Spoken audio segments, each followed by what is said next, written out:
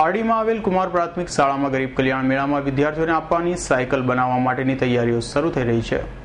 પારડી શહેરમાં આવેલ કુમાર પ્રાથમિક શાળા ખાતે છેલ્લા એક અઠવાડિયાથી ગરીબ કલ્યાણ મેળામાં બાળકોને શાળાએ જવા માટે અપાયેલ સાયકલ બનાવવાનું કાર્ય ખૂબ ઝડપથી ચાલી રહ્યું છે।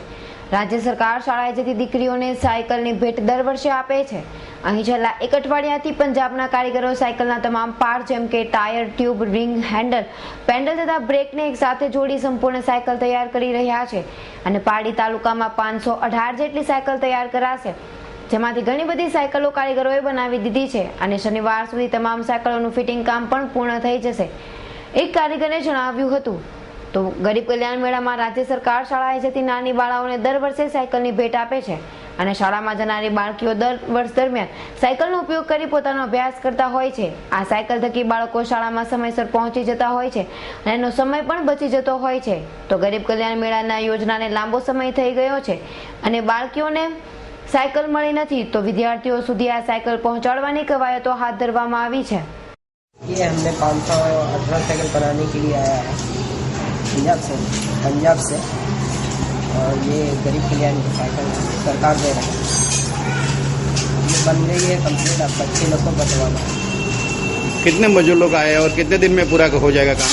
ये अभी 10 जन आए हैं, 10 और कल तक में शनिवार तक में हो जाएगा। अभी तक कितना साइकिल बना दिया तैयार? 4 कितना दिन का काम है? और एक शनिवार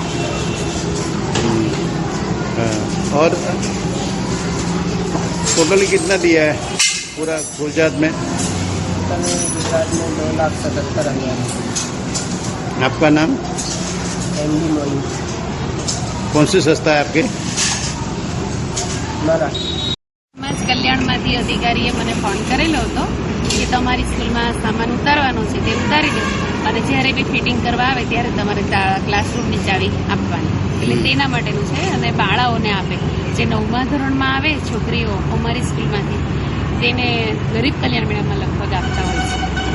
ટોટલ કેટલી સાયકલ છે કે આંકડા એવી કોઈ માહિતી એમણે મને કેટલા પૂરું થવાનું, કેટલા દિવસથી કામગીરી કરી રહ્યા છે? 7 દિવસમાં ફિટિંગ પૂરું થઈ જશે એવું કીધું છે। કેદારથી ચાલુ છે આ કામ? સોમવારથી ચાલુ થઈ ગયું ને પૂરું કેદાર થવાનું? શનિવારે આવતીકાલે પૂરું થઈ જશે એવું એ લોકોએ કીધું છે। અમૃત પટેલનો રિપોર્ટ, S9 ન્યૂઝ, પારડી।